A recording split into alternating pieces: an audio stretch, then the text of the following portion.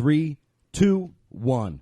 Welcome to the podcast. This is the East Roast Podcast. I'm Tony, and I'm here with my partner, as always. That's Chris Cotton. Hey, what's up, man? Don't forget to subscribe, hit the notification button. You know what I mean? We're available on everything now, baby. Instagram, Twitter, YouTube especially, so you can watch us and you can see what awful outfits I'm wearing. Yeah. I'm wearing so many awful outfits. They're even on MySpace. Yeah. So we got a guest today. We got a great guest, a very, very funny comic. You know him from Last Comic Standing. You know him from The Godfathers of Comedy and just about everywhere else. Mr. Rocky LaPorte, thanks for coming on. You're welcome, Thanks, guys. man. Good Glad to to be have here. you, man. Yeah, I just came for the pizza. Yeah. Well, it's funny what a week can do, right? I mean, you were just in Hawaii last week, and now you're in beautiful We're just talking Atlantic about. City, New Jersey. How did you like the Hawaii weather, man? Oh, it's beautiful. You know, it's Hawaii. I'm scared to go to Hawaii. First of all, one of the places I love going, Dominican Republic, and I told my wife this. That's why it's not a surprise. I told her if I didn't marry a black woman, it would have definitely been a Dominican woman. Yeah. But I also am terrified of going to Hawaii because I also love Samoan women. Oh, do you really? Oh, dude, I love yeah. Don't wrestle them, man. Listen, They'll take you They're a down. little bit scary. Yeah, You like living on the edge, Wow. huh? Oh, dude, they all look, but they just look so spectacular. So I stayed. Is that the word? Yeah. Anyway, hey, how'd you get into comedy? I mean, well, first of all, how long have you been a comic? 31 years. Wow. Long Yeah. time. Yeah. When I was a kid, we used to listen to my uncle on the radio all the time. You know, he was on the radio. Right. And it wasn't really a radio. It was like a police scanner. You know? I think my uncle was on the same radio. He was known as the Perp. Did you ever hear of him? Yeah. They were usually looking for somebody, one of my family members, whether we knew it or not, but we fit the description. That's what I hear. I think every Italian had that uncle. The most famous guy in town, right? Yeah. Yeah. Oh, that's funny. So you got kids, right? Yeah, I got 4 kids and 11 grandkids. You know. Oh my gosh. Yeah, my kids, they like sex apparently. Yeah. And, so they're doing that. Yeah, but you have 4 kids, so you must have liked sex too. So unless you did it 4 times, and you knocked her out 4 times, which is I actually do have a friend who claims that he had sex 3 times and had 3 kids. Really? That's what he says. Understandable. If he had sex 3 times, 2 of them ain't his. Someone else. That ain't. No wife's gonna put up with that. That's right. You're not kidding. You know, one time you're having a baby, right? I'm having a baby. Yeah, she's 6 months about at this point. Nice, congratulations. Yeah, it's first one. We don't know what it is. We just want it to be a baby. I told her if it comes out and identifies as a toaster, I'm gonna be a little bit annoyed. You know what I mean? Like it identifies as a human being. That's all. What's a big Samoan? What is a Samoan? Who the hell is this? This isn't mine. I mean, that's the first thing that my friend said to me. That, the jokes were hilarious. He was like, and one of my friends' first thing, yeah, man, you sure it's yours? I was like, I don't know. And he gonna send me a little emoji of a milkman. I was like, facts, it could be. Yeah. And those milkmen got laid a lot. They were in every joke in the old days. You remember that? You don't have a milkman. Should make me kind of suspicious, you know? It's funny, though, because I got a neighbor down the road. His daughter and my daughter look very much alike. I mean, it's crazy. We always say they look exactly alike. My youngest and his youngest. So anyway, one day we're like, questioning each other and all. And then one day, we start talking about the UPS guy. His name's Steve that lives down. He comes down and he comes in and visits our wives all the Steve, time. let me swab and your all cheek. Of a sudden, We need a DNA realize, sample. We look at it and we go, actually, both of our kids look like Steve. Wow. Yeah, the UPS guy. Yeah. Listen, man, You gotta- Crazy, man. So, I think that, once the milkman, job went away, they became UPS guys. Tell him you need a swab. You got to do a DNA swab on his cheek. Go, Steve. Yeah. My family was so. I did a DNA test hoping they weren't my family. I was hoping I was adopted. You know. It didn't turn out the way you wanted. Yeah.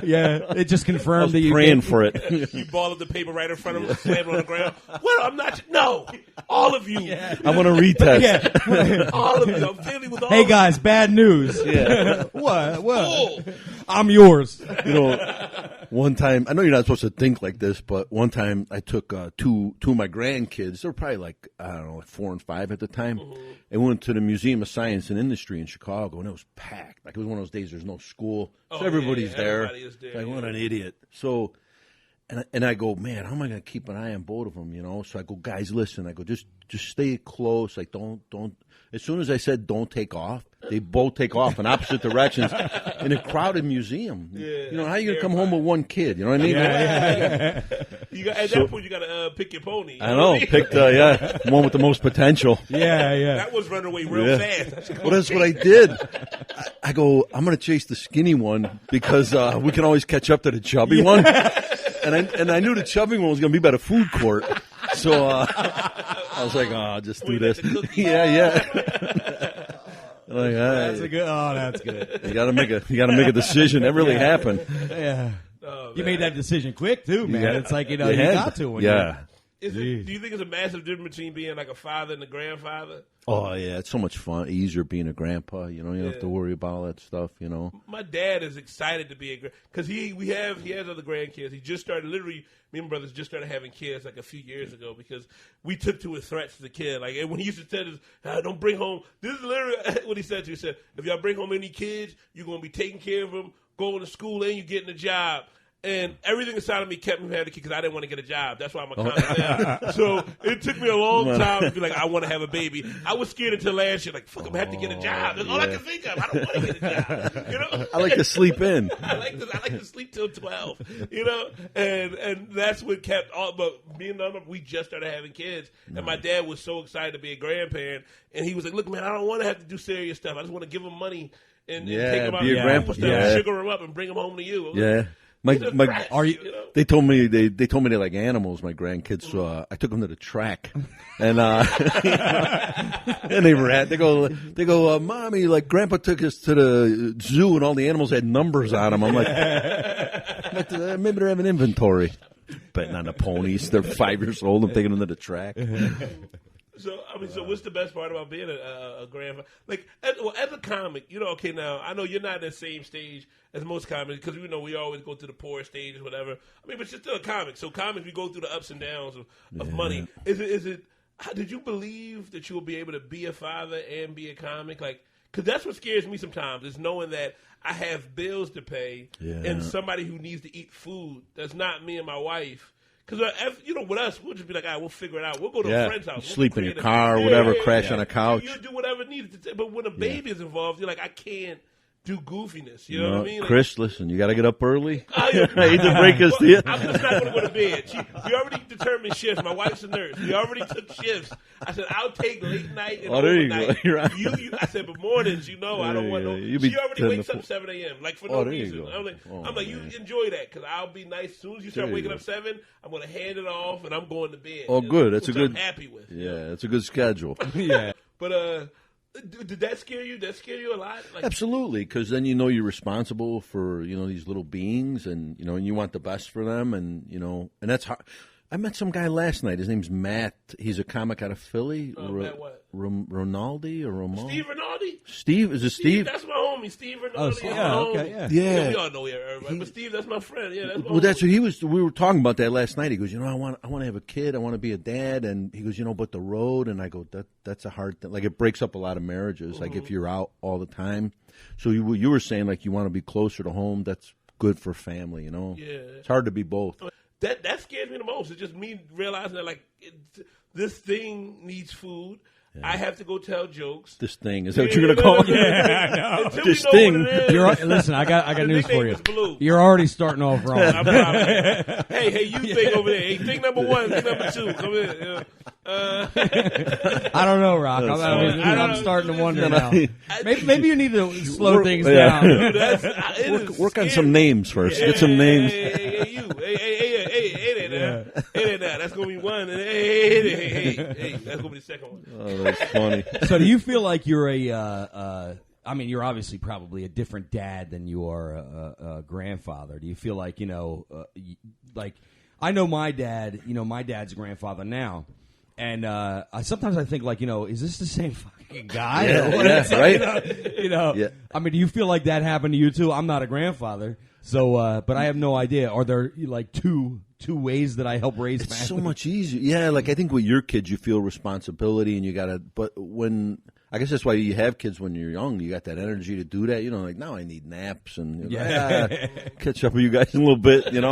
But I don't know. I think it's great being a parent and a grandparent. But once you become a grandparent, I think you enjoy your kids more because you're not worried about, their parents are showing them the day-to-day stuff and the lessons, and you get to enjoy them. Like, you get the fun part. You're taking them, to the zoo and to the track. You know what I mean? Like, Yeah. I guess, you know what, probably, listening to you talk, one of the things, too, is I guess you get to look at your kids and you say, look at what I've done. You know? And that's probably a pretty important thing, too. It's not just that they're parents, but, you help them become the kind of parents that they are, and you get to sit back and enjoy your work, which doesn't happen a lot in life. And that's one. Tell that to Jeffrey Dahmer's parents. Yeah, exactly. What wrong there? We don't know that Jeffrey Dahmer's dad didn't say call him it or I should probably come up with a name. I should probably come up with a name. Yeah, coming up with a name is a good idea. That's step one. I would say. I was on a plane with this guy. I think he was a minister or something like that, and it was a long. And I don't mind talking religion with people. Sometimes when it gets a little heavy, you're like, oh man, I gotta break this up a little bit. So he was asking me. He goes, let me ask you something. It was like a 4-hour flight. He goes, if you died tomorrow, he goes, where do you think you'd end up? And I go, I don't know. I got messed up a lot in my life. I go, so probably Cleveland. Yeah. That's what you deserve. Just hope you don't end up in Florida. That's when you really messed up. Cleveland's worse than hell. I got kicked out of hell. They sent me to Cleveland. You want to hear something funny? When the Cubs beat the Indians in the World Series like a few years ago, literally like 6 weeks later, the Cleveland Indians, their front office, hired me to do their Christmas party. Really? Yeah. But when the guy introduced me, they go, this next guy's from Chicago. I have 400 people booing. They're booing me all the way to the stage, And I'm like, I'm a Sox fan, you idiots. I was rooting for you guys. Like, I'm a White Sox guy. I was like, come on, man. That's funny. Oh my God! Now, how long have you been in Chicago? Were you born and raised in Chicago? Yeah, I lived in Brooklyn for a while, right. but mostly born and raised on the south side of Chicago. And then I got married, and we moved to Los Angeles. I raised my kids in Southern California. Right. And then we got divorced, and I moved back to Chicago about 10 years ago. It's a little more affordable, And now I'm just doing the road, and, but it's good. In the Midwest, you can get to everywhere. It's kind of, it's good center point. Oh, yeah, for sure. I like Chicago. It's a great city. It gets a bad rap. I know, when you get 500 murders. Yeah. But, I think that's in just certain areas, right? But, when I went to Chicago, everybody was talking about this Big Bean, right? That Big Bean. You got to go see the Big Bean. Got to go see the Big Bean. So I go to the Big Bean, and that fucking thing is stupid. It's just a big bean. It's stupid. It is stupid. Somebody puts junk up, and they call it art, and everybody lines up and takes pictures with it. Yeah, I wasted half of my trip. Or for the day, because I went for a day trip. It was a business trip, actually. You've been better off you getting a only beef have sandwich. a couple of options to go do. I feel like I picked the wrong thing. Going to see the Silver Bean. Do you know what I wanted? When I went to Chicago, I was there for a few days. I went twice, but I was a Married with Children fan, so I went to go see. By the fountain. I went to the fountain. It was one of the things I had to go see, and it was on, and I was so happy. At night, do you see that at night? It changes colors. It's beautiful. I didn't get there at night because of Chicago, and I still was like, I want to live. No. Well, that part of the city is nice. You know what's funny? That night, where I was in? I was in the south side of Chicago at a bar called I have to say it slowly because I don't want you to think I'm saying something else. The Knickerbocker, it was called it, and I was like, and it's funny because I was talking to some of my friends from Chicago. I was like, I was in the south side of Chicago. He said, oh, where you go? I said, I went to the bar one day. Oh, what bar was it? I told him which one it was. He was like, you went there? That's a real Chicago bar right there. Yeah. Where are you going to be coming up? You got a few things coming up, don't you? This week? Yeah. I'm going to be at Howie Mandel's place at the Hard Rock in Atlantic City. Mm-hmm. Then next week I'm at a place called Club at the Carlson. It's in Rochester, New York. Oh, yeah. Okay. Yeah. So that's not far away from us still. We're about And your home club is in Chicago. The Improv in Chicago, yeah.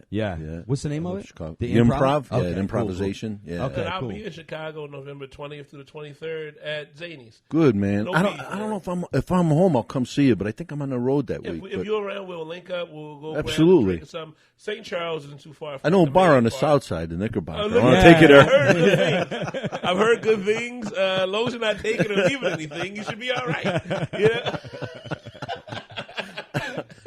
Well, I wanted to ask you Chicago. this. Well, go ahead. You guys I was going to say it's such a corrupt city. Like Yeah. that's we had judges go to jail, and my buddy's a Chicago cop. So is my brother. And I don't say the police department's corrupt, but my brother he just got promoted from patrolman to Don. Yeah, he made Don in like 3 years. Come on, you got to know somebody, right? Yeah. It doesn't just happen for you. You do have to know someone. Come on. I always said to my wife, if we weren't in Philadelphia, the next city I would live in is Chicago. I loved it that much. It's a good city, it's a good man. city. It is a great city. Yeah. I wanted to ask you something though. I know you were on the last Comic Standing. What was that experience like? I mean, they. It was. You know what I didn't like Was it a about good that? experience? Nah, they kind of pitted you against your friends. Like I knew Right. half the guys on that show. And then you got to go on. Like I knew Jimmy Schubert and Joe Mackey. Like all these guys. Yeah. And then they want you to go on camera and go, I'm funnier than Joe Mackey, and I challenge. And it's like you don't want to do that, but they go, well, you got to do it. That's how you're not going to be on the you show. signed on. Yeah. Yeah, and it's like, man. So it was like kind of a mix between reality television and a competition. So if you weren't in, going to work the reality, then you weren't going to stay in the competition. Pretty much. Wow, yeah. man. Yeah. And then afterwards, you don't read all the paperwork. You sign like 40 pieces of paper, right? When you're doing. And then we didn't know at the end, like if you got into the top 5, we had to do a 3-month tour. We're on a bus for 3 months, man, just going city to. And that was a grind. Like that was hard, sleeping on a bus every night or trying to sleep on a bus, bouncing on a highway and going to dealers every night. And the toilet was broke on a bus. Like you can only take a leak. So anytime you go, hey, can we stop? Everybody knew what you were stopping for. Yeah. Everybody's going there dropping a deuce. And everybody's like, oh man, it was awful. But it was hard. It was hard. It was a grind, and all 5 of us. Rodman won that year. I Mickey remember Carr.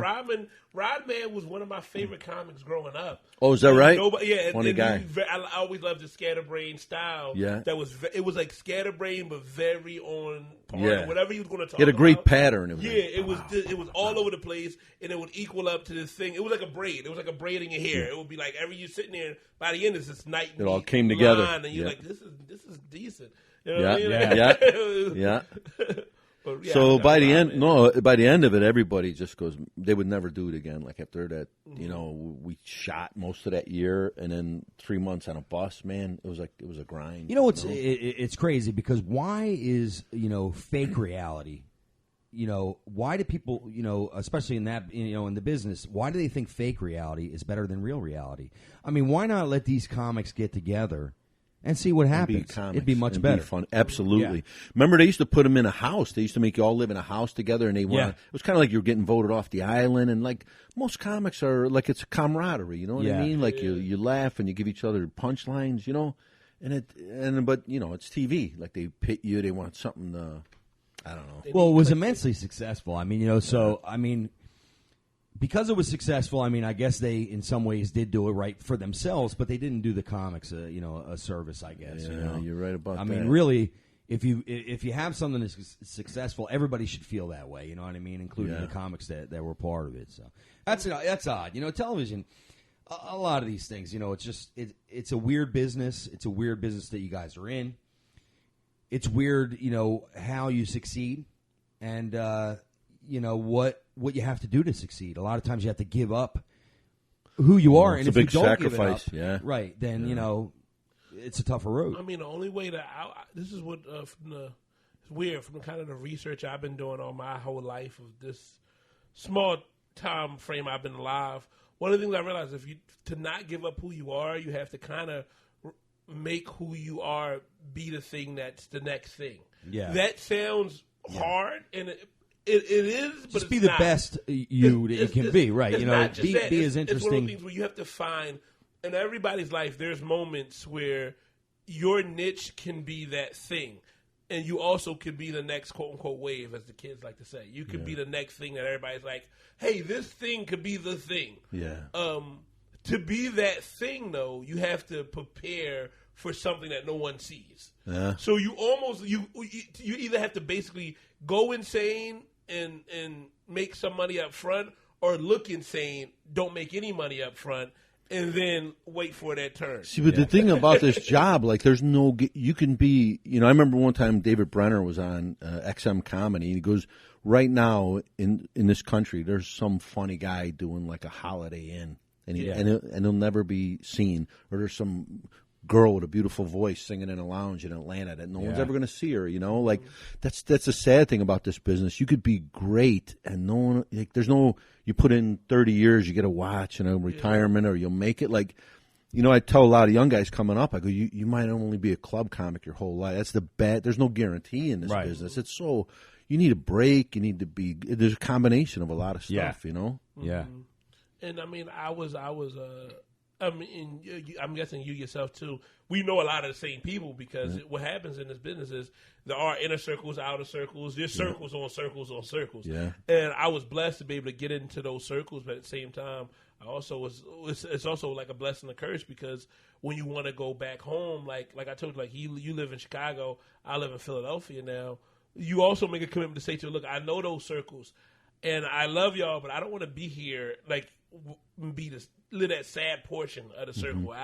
I really let it take a little longer and let myself get there alone. But I mean, I would say the most comics, I say this to every comic in Philly, a lot of them say, Chris, should I go to New York? I say, absolutely. So then they say, then I start talking to them about how I hated it. And they say, then I say to them, but you should go. They say, well, why, I don't really need it. I said, yes, you do.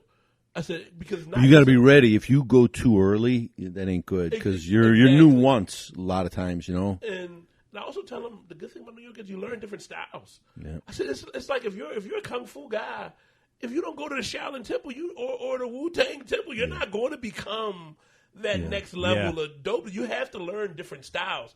I'm not saying you have to go there and become, if you're from Philly, become a New York comic or a Chicago guy. No, what you do is you learn. You get to watch and learn, and you should be a student of what you're doing and learn these different formats and techniques and just ways to transition in and out. Yeah. Like, I'll tell anybody to this day, if you look at my style, I'm 100% a Philly comic. But then it's going to be moments you say, damn, how did he transition out of this? It was because of something I might have seen a comic do or learn, or a technique I learned. It's like, look, sometimes you be up there and I might only fight bear style, but every now and then I got to go tiger style just to win this fight. You know what I mean? I think that's what I learned on the road. Like like some comics that they either stick in New York or L.A., they do that. L.A. comics are doing traffic and earthquakes, and New York guys are doing subway humor. Well, when you go to Nashville, they don't have subways there, and then they go, what are you guys, stupid? They're not stupid. They don't have subways. I learned, like, once you work every part of the country, you learn. You go, oh, they're a little different in the South, and they're a little different in the Southeast and the Pacific West. Like, I think that helps you get more around it. It's like going to different schools, like going to different, how you're saying, learning different styles, Yeah.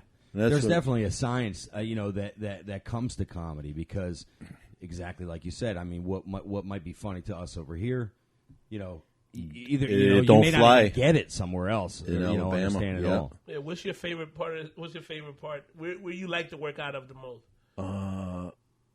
You know what? I love Lake Tahoe. It's beautiful up there. It's just a beautiful place. Like, it's up there in the lake and the mountains. Like, it's just beautiful up there. Yeah.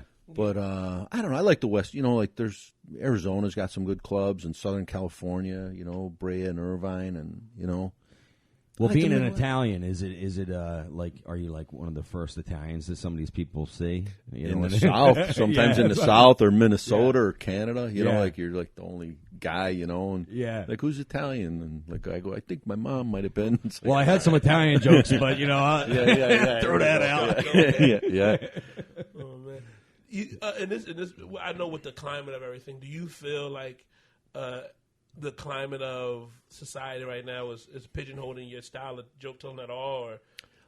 I was never really like an offensive comic. There were some jokes that I used to do. I go, I can't do them no more. But I hate that everything's so PC. Like, everybody's looking like they're just looking for something to protest.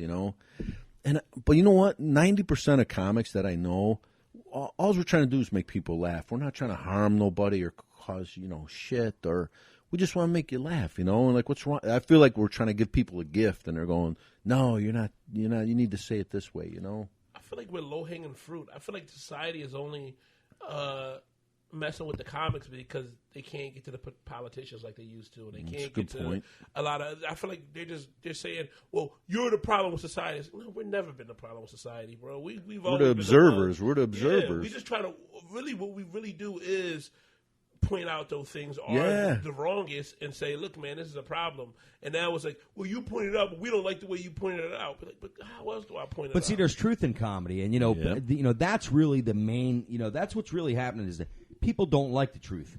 Listen, the truth used to get me, out of a lot of things.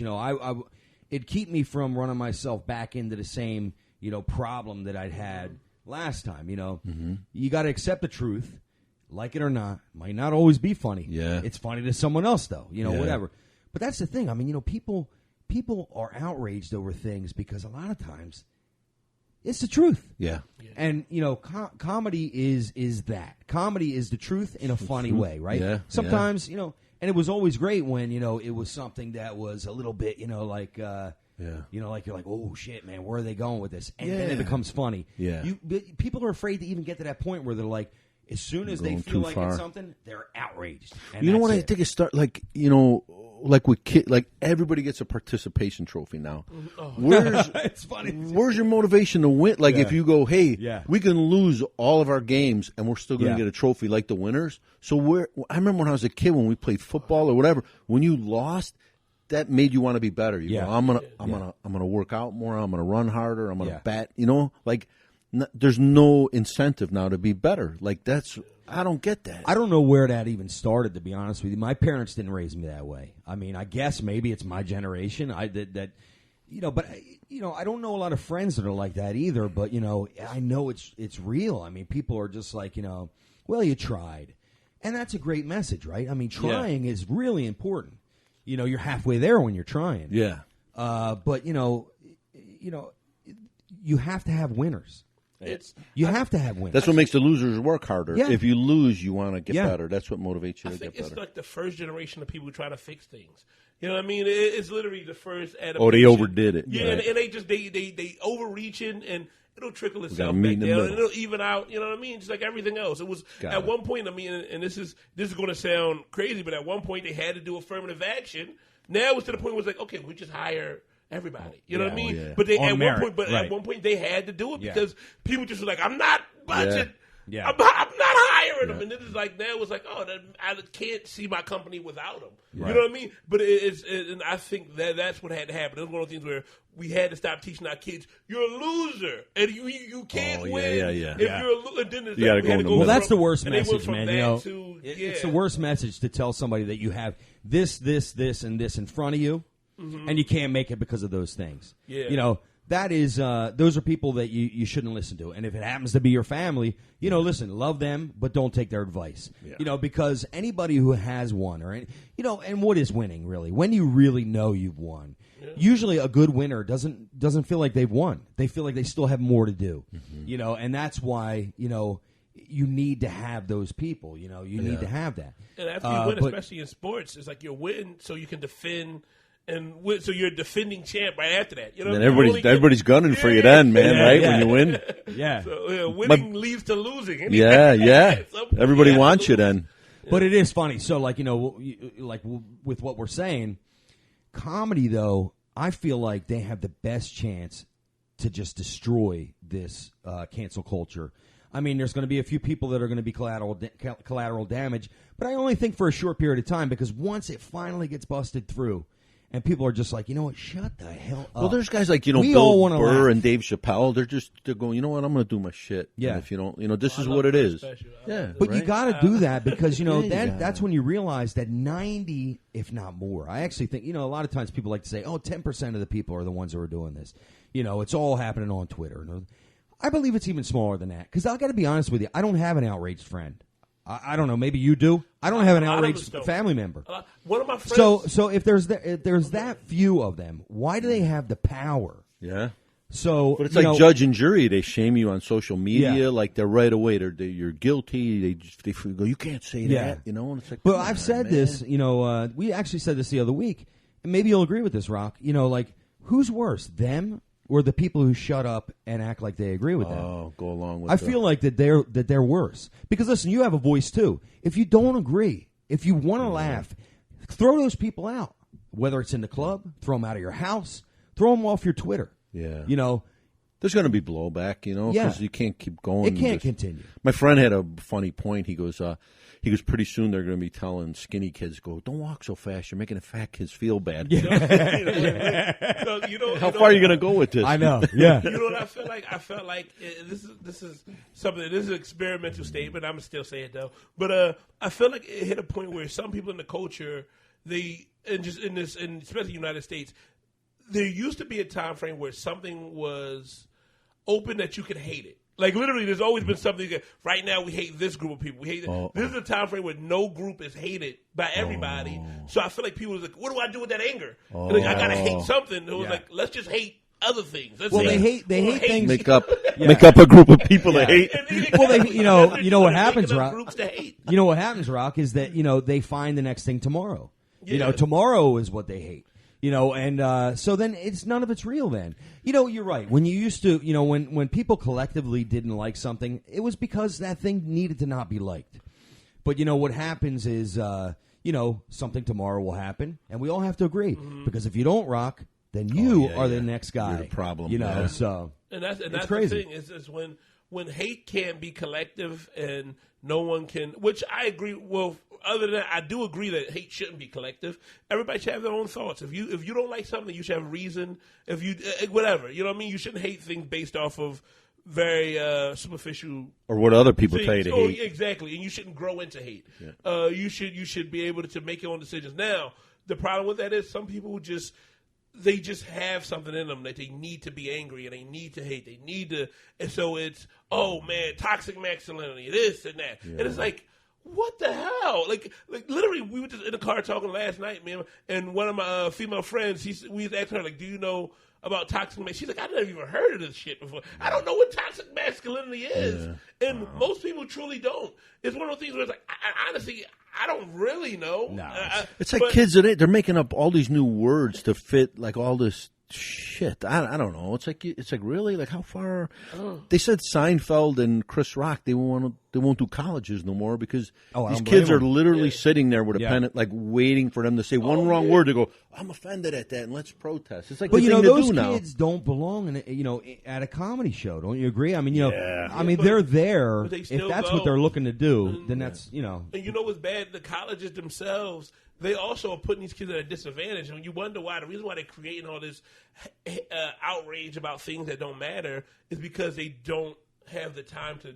In school, what college used to be about was going to a place and learning how to learn, how to learn about life. Now it's they teach you how to think. Yeah, exactly. You pay them to give you a degree so you can get a job. Yeah, that's what you're really doing. You're paying for a job, and it's a training class, and it's sad because you see these kids and they're just like idiots. I left school after a year because I seen it. I was like, I don't want to be part of this group thinking. I wonder how many of those kids protest because they're getting a day off of school. Like, we're going to march, be outside. A lot of them protest to make friends. That's the sad part about it. They might be smarter than we think. They just protest I just want the day off. Some of the kids protest to make friends, or they protest to hook up with chicks. You know what I mean? It's like, which is also so shifty in and of itself. Yeah, you know what I mean? Like, it's those dudes always they're the same guys who are friends with girls. It's like, you know what I mean? They go, what are you marching? What are you protesting? I'm just here for the chicks. And I heard we get a free Wawa sandwich when it's all done. You piece of crap. You know what I mean? It's just like, like, they just in it for the perks, man. And not even the drugs, the perks. Just for the perks. You dropped out of school too? I left college after a year. Oh, college. Yeah, okay. I left high school. I had to stay there. You didn't finish high school? No, I went like a year and a half, and I went in the Army at 16. I dropped out. Would you fake your Yeah. No shit. Wow. And that's That's commendable. You know what's funny though? Because now in this day and age, they'll probably come back. I can't believe he dodged school. They'll make you a school dodger instead. That's okay. Which to me, I'm like, but that was back in the day when you was like, I don't know what I want to do in my life, and I don't want to waste any money. Instead, I want to go out and start making. All my friends, we all dropped out. We all went and got jobs. Like everybody wanted to work. Yeah. Like we Makes wanted sense. to, I don't know. It was just how it was at that time, And that always kind of made sense Yeah. to me. The school is some kids just aren't built for school. Yeah. Some kids don't want to sit in the classroom and learn something they'll never use. They Some say kids most wanna- creative people are like we don't do well in school. Like our Yeah. minds are somewhere else, and that's they had these things every year called the Iowa test. Like they would see like where your levels were, Yeah. And I was like, I remember in 5th grade, like I had like 8th grade reading comprehension, and like they were always good. But you know what? I couldn't care about school. Like I never. Yeah. I'm not even making this up. 1 year, I got straight Fs. I got all Fs. I swear to God. And they passed me. They go, you're on probation. I think I went from 5th to 6th grade. And I don't know if they thought. That's they what they do. Is you went to public school, right? Yeah. That's what Yeah. they do. They don't care. Like my dad. You know what was funny? My dad, 1st grade, right? I was always a smart kid. In the 1st grade, my dad, I had everything else straight A's, and I literally couldn't read. I had an F in reading. Wow. And my dad, as a teacher, he told him, he said, "No, my son isn't going to the next grade. I'm gonna hold him back." And he said, "Why?" He said, "I'm going to hold him back." So he held me back, and then the next year he made him test me for dyslexia, which I had, and I still didn't even know until I became older what was wrong with me. But I had to go when it was reading time. I had to go to a small class, the small class. But without that happening, I wouldn't know how to read. Yeah. Well, I you know still what? have dyslexia. It's funny. So the three of us, I didn't finish school either. I didn't finish high school either.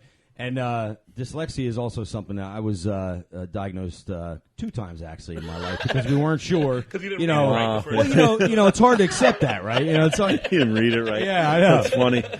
It's hard to accept, your Yeah. parents. It's so hard for them to accept that, that here your kid's struggling, So the funny thing was, though, I mean, there is, and it kind of goes with what you're saying.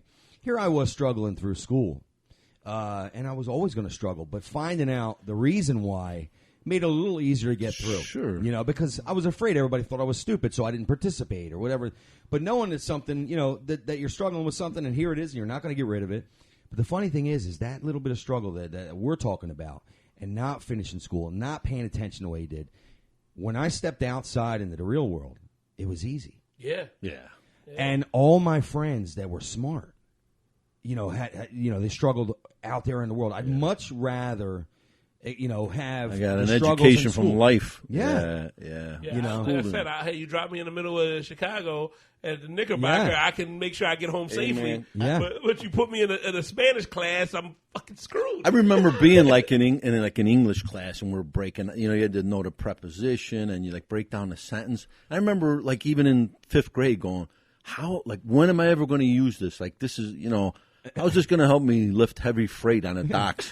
You know what I'm saying? Like I knew it would never come into play. I mean, what do they think? I'm going to be like in an office somewhere, and somebody's going to trust me with their shit? No, I mean, I'm going to be. I think they passed me. I think they go, "This guy's getting too big for the desk. Like we don't want him hanging out with the little kids." They go, "Let's just move him We don't along." want this kid peeing in the same bathroom as these kids. Yeah. Gotta get him out of here. He's hitting puberty. Then they told me I'm going to summer school. I go, "I don't go to regular school. What makes you think I'm going to summer school?" I went to summer school 1 year. I'm doing so bad. You want to put me in more school? Yeah. Dude, it was bad. I had to go to summer school 1 year, right? This is after I said I understood school. I was like, I'm done with it. Yeah. You know what I mean? Like when I was in high school, I went to summer school 1 year. I literally like showed up just long enough to get on attendance. Then I would leave. Yeah. Then at the end, he's like, "Hey, did you turn in that project?" I said, "We had a project." I was like, "Hey, give me a packet of work. Let me just do this real quick. Give me the work. Give me the slumming that's package funny. that you give the kids that don't come." I did the packet, and they passed me, and I was like, I can't. I mean, I did ruin a plan for a trip we had as a family, so I can't ever do summer school again. But it wasn't too bad. It was a lot of girls. I remember the first day of high school, like we're in like a geography class, and they had this map on the wall. It was probably like as high as the wall. It was like about 11 feet high and about 8 feet wide. It was a map of the world. I remember me and these 2 guys, we cut the map down and we made a giant airplane out of That it. sounds dope. And we flew it out the window. Like they had those public schools. Remember they had those big, huge windows? Yeah. And that single guy had a motor and it flew all the way across the. Like everybody was looking up at it. It was going. Brrr. That was my first day of high school. And we're in the office. Oh my god! Yeah. A lot of comics have weird experiences with school. I only left college, first of all, just because I didn't like the group thinking. I left with like a 3.5. I hated high school because I hated the grading system. That was his alcohol blood level. Yeah. For sure. A lot of drinking. But other than that, I think that with comics, I think is, especially the ones who this is what you do, this is your gift, this is what you have, we don't like group thinking. Yep. That's what it is. It has nothing to do with smarts and intelligence. Go to your own drum. Yeah, you want what you know your brain is doing stuff, and you want your brain to do it. And if anything impedes it, you have to get away from the things that impede it. People are sheep. You know what my perfect example is? I don't know if you guys like Starbucks or not, but to me, that coffee's awful. And it was made on that's burnt beans. Like they accidentally burned a bean. Like if you got burnt coffee in a restaurant, you'd send it back. Yeah. You would go, "This is burnt. Can I get a fresh cup?" Mm-hmm. But because they put a label on it, and all these idiots line up, everybody else lines up behind them to buy it. Everybody said it's good, so it must be good. So it must be. So nobody has the brains to go, "This tastes like shit. Yeah. I don't want this stuff." But everybody lines up. You know, it's funny you say that because I actually kind of feel like that did happen to me because I think my first Starbucks, I did think like, I don't know, like what is so great about this? But you're right. Everybody's like, it's so good. People are sheep, man. We are. Yeah. Apparently, I'm a sheep too. Yeah. You know what's funny? This is a good litmus test for just people who maybe have the comic gene in them or some sort of entrepreneurial gene. If you see people line up in a line and you know that nobody checks the door, the person who gets out of line and checks the door is probably an entrepreneur. You know what I mean? Because my wife was just mad at me because there might be a line somewhere, and I'll ask people, "Did anybody check the door?" And everybody's like, and they look, I say, "Okay, never mind. Let me go check the door." And I'm like, "The door is open." And I'm like, "Why are y'all lined up?" "Well, he was in line." And they're like, "I didn't check the door. I just figured we get in line." I'm like, and I just look at them like, fuck, like you're idiots. Yeah. Like, just why are you? If you cross the street against a red light, people will follow you. They won't even know. They just go, "Well, he's going. I'm going to go." Like they don't know you're crossing against traffic. Seriously. Yeah, no, it is. You know what? I learned something valuable. And when I first started, when I first came out with a CD, I was selling it in Vegas. And after the show, you're out there, and your things are set up, and everybody's walking by. Nobody will stop. And the lady that worked there for years, she goes, "Give your buddy $10 and tell him to stand in line like he's buying one. All you need is one person to line, and everybody lined up behind him. You just give one person, and then everybody goes, "Oh, what's that over there?" And they'll line up like That's crazy. It works. It's like that's how people think.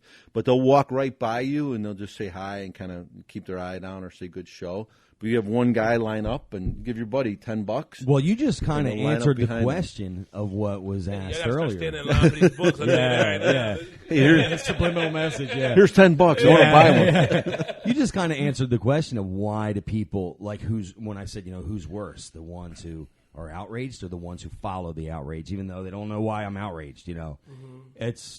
It's maybe it's human nature. I mean, really, that's kind of scary and it's terrifying. Really, it's not a lot of leaders out there. A lot of followers, man. If you can get people to feel like they following another follower, it's always the best. Jim Jones, remember with that cult? He got all those people drink Kool-Aid and they killed him. Like, really? I could spend an hour on that, man. That stuff is. I mean, I'm fascinated by the idea that because I'm not that kind of person. I don't know if either one of you guys are like that. That somebody could tell me, "Hey, man, whatever, believe it. I'm Jesus." Like, how do you, exactly. You ever notice that happens, and it happens to, like, thousands of people. I know.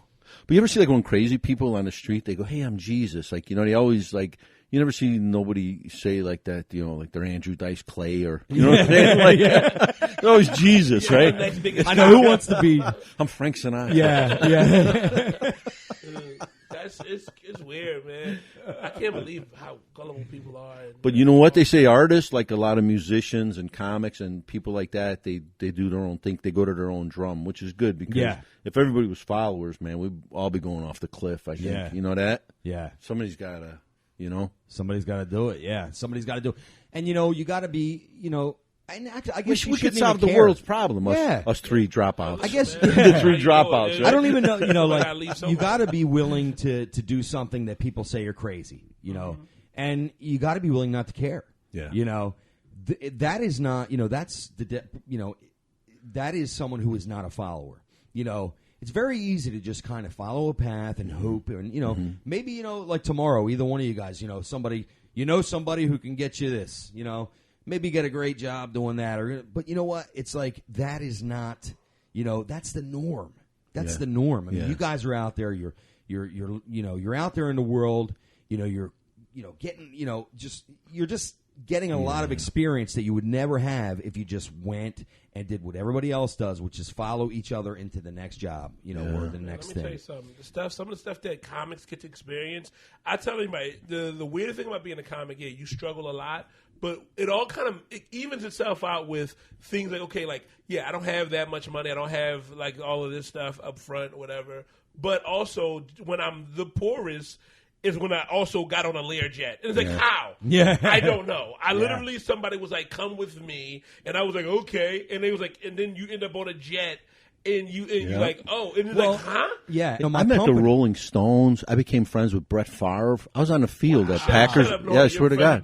Yeah. Now, how'd you meet Brett Favre? I was doing a gig. They used to have a Funny Bone up in Green Bay. And Favre's wife and his agent, Bus Cook, they came to the show.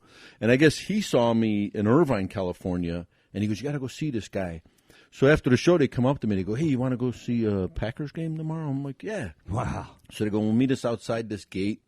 So I met him. So the next day I know, I'm up in the booth. I'm sitting up in there in his private box with Hootie and the Blowfish are up there. Oh, man, yeah. And then I go, so I was going to, after the game, I thanked everybody. I met his dad and his brothers and all great people. And they go, you want to meet Brett? And I'm like, yeah, what the hell? So we get on to like where the family meets all the players. Like they come out of the locker room. And then I met him and Mark Chimura, he was the tight end, and Frank Winters, the center. So they go, we're going to come to your show tonight. And I'm like, all right. So they all come to my show, and then Favre goes, you want to come back to the house? I'm like, yeah.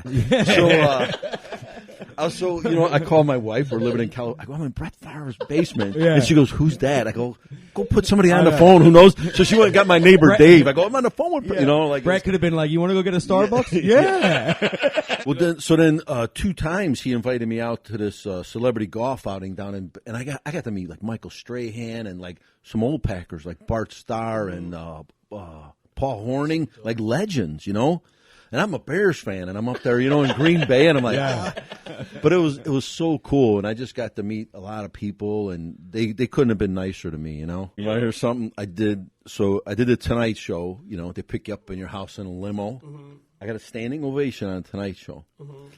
4 days later, I'm doing a gig. It's up in a mountain somewhere in Pennsylvania, and I get off the plane, and I'm in sweats and a ball cap, and I didn't know it was a day gig. And I was doing it kind of as a favor to friends of mine. It was this couple's 50th anniversary. Mm-hmm. It was in a fire hall up in the mountain. They go, the gig is now. They're waiting for you. I'm like, I didn't know. And they go, come on, you got to. So I'm in this lady's basement. She's ironing my shirt, and I'm washing my head in her sink. And I go, I was on a Tonight Show last week. I was somebody. Now I'm in somebody's basement in Pittsburgh.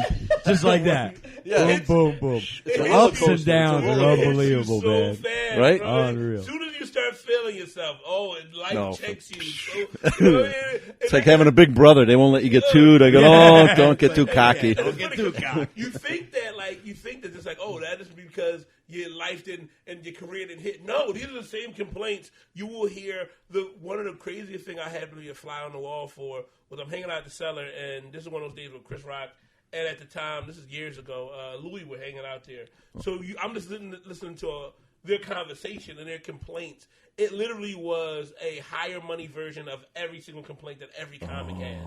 Oh, man, I can't believe they're trying to this theater wants me to come, and they're lowballing me. They only want to give it to me for $25,000. I'm sitting there like, they're lowballing you. Lowballing you for $25,000. And he's like, yeah, man, they tried to do the same thing to me. I just held out, and they gave me the $50. I barely took that. I'm like, barely took the $50. Oh, my God. Be nice to have those I problems. have a question for you. I think I read something about Tim Allen. Did he find you, or did he see one of your sets and then? Yeah, he actually saw me on the Tonight. He was at home in bed watching the Tonight Show, and he saw me on the Tonight Show. Was it that Tonight Show? Yeah, it was that one. Oh wow, that was a good set. Yeah, right.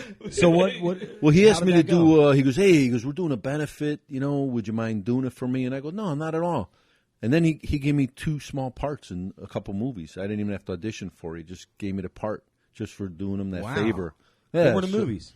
One was called Crazy on the Outside with Ray Liotta, and then the other one was the Shaggy Dog. It was called. I remember the Shaggy Dog. Yeah, you remember? They did a remake of that. I don't know if it was called the Shaggy DA or the Shaggy Dog, right? Yeah, the Shaggy Dog. I know the one you're talking about. It was Tim Allen, Danny Glover. So I played a cop in there. I was a canine cop. I had a small part, but it was a speaking part. Oh, that's nice. And then in another one, him and me were ex-cons, and we were getting out of jail together. And I had a lot of parts in that movie, but when they edited it, they cut it down. Yeah. I was probably in about 5 scenes, but I had some speaking, so it was fun, Yeah. There was a guy, actually, I just talked to the other week. He was in Creed, the movie Creed. He had like this really, what he felt was a really important part. And then when the movie came out, he's credited, but he's not in it. I mean, that's got to be a killer, man. My buddy was a cop in a movie, and he invited his whole family. He bought tickets for like 30 people. He was in. They cut his whole part out, and he had a nice little part in the movie. That's the sad. That's crazy. You guys, you in the movie theater sitting back. Here I come. Yeah, here's my part. And then, then Tim Allen goes, well, this part, they changed this last minute. Sorry, Rock. You know, What are we doing at the bar? Like, wait a minute, what happened to cop number 2? yeah. You know, it's so funny when he goes, we're playing like these guys that were just getting out of jail. He goes, a lot of guys when they get out of jail, like if they don't have clothes, like Goodwill will give them clothes or something like that. Yeah. Get them on their way and they give you a couple bucks. Yeah. So I go to wardrobe to go get fitted, and I go to wardrobe, and the lady, she goes, who dressed you? I go, these are my clothes. She thought I was always dressed like a convict, because I had like ripped jeans on and a t-shirt. Yeah, so I pretty much wore my clothes in the movie. They just put a jacket on me. Yeah, right. You hired an Italian. I mean, come on. That's how I walk That's around. the best though. You at least you don't got to put on any foreign clothes. It's not Sunday. I mean, I'm not going to wear my good clothes. Oh man, that's wild though. But do you ever see Tim? You know what? I saw him about. I was out in L.A. about 6 months ago, and we went to a taping of his show, The Last Man Standing. Yeah. And Leno was on a set, and I was talking to Jay. I met Leno a few weeks ago. Yeah, did you? I see him once in a while. I do on-air stuff for QVC, so sometimes I'll run to Leno. He's a good nice guy. He's real personable. Nice guy. Yeah, I like Jay. Yeah. Yeah, so I saw Tim about 8 months ago. We went to a taping of his show, and then Drew Carey's a nice guy too. I went to Iraq with Drew. Yeah, he's a good dude. I want to meet Drew. I just feel like he got a good person, a good soul. He is, man. Yeah. And he went to, I don't know how many times he went to Iraq to entertain the troops, but I went with him and Blake Clark and Jeff Ross. Like, wow, yeah. I know Jeff. Yeah, he's crazy. Yeah. I hear you. We better check the time. I think we're running a little late here. Man. Yeah. This was fun, man. Yeah. Well, hey, listen. What do you got coming up? Rochester, New York. The Comedy at the Carlson, Rochester, New York. I'll be there. And how can people get you on social media? How can they follow you? Rocky LaPorte. I have a website, RockyLaPorte.com, and I'm on Facebook and all that. You do the Twitter and all that. Yeah. Shit too? Yeah. It's hard to stay up on all that. Yeah, We're old man. guys, Yeah. It's like you got to force yourself to promote yourself, right? Yeah, it's just these young people. YouTube. Just, yeah, it's a pain. It's really hard. Yeah, I know it's crazy. How do you keep kids, you they write instantly something? Do it. Yeah, and then 5,000 people, you got to answer them all. Like, so real quick before we end, my nieces, they're young. I mean, they're 20, 21 years old. I mean, and they're posting things as if like they're on the Tonight Show tomorrow. It's like everything. Yeah. And but like you guys have things going on. Sometimes I have something going on. And it's like, it's a chore, man. It's a chore to get it out there. It's just, we're older, man. It's just not our thing. You used to make a phone call and all your buddies would tell everybody. Yeah, a little different now. Chain. Yeah. Hey, man, speaking of things to endorse, hey, East Roast Podcast, don't forget to follow us at YouTube, on YouTube, Facebook, Instagram, Twitter, everything. Yeah, don't forget to follow us on all that stuff. And also, ChrisCottonComedy.com. Get book, albums, the whole nine, and at Cotton215. And check out Rocky LaPorte in Rochester, New York. Yep, Rochester. And that's next week. And what was the club again? Comedy at the Carlson. Comedy at the Carlson. Well, that's East Roast Podcast. Thank you, man. You're welcome. I appreciate it. It was really fun. Yeah, it was fun hanging with you guys. Love to have you on. Thanks, man. All right. Catch you later.